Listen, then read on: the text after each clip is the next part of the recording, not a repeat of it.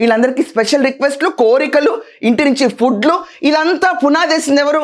జగన్మోహన్ రెడ్డి. 16 నెలలు జైల్లో ఉన్నప్పుడు badminton courts, special cook, news papers, ఏం ఫెసిలిటీస్ అండి ఇవన్నీ? ఇవన్నీ ఏం జరుగుతున్నాయి? జైళ్ళా ఇవన్నీ? లేకపోతే రాజభోగాలు అనుభవించే స్థలాలా? స్పెషల్ కుక్ పర్మిట్ చేస్తారండి ఎవరన్నా? కోర్టు అనుమతి ఇచ్చారు, right? Badminton courts, news papers, special room, benches to study.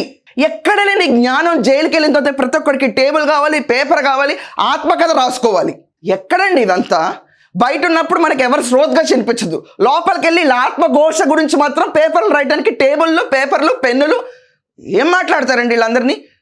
బయట ఉన్నప్పుడు ఒక్కసారి ఆత్మ విచక్షణ అనేది లేకుండా ప్రవర్తించి లోపలికి వెళ్ళిపోయిన శుద్ధపూసలు హెల్త్ మీద.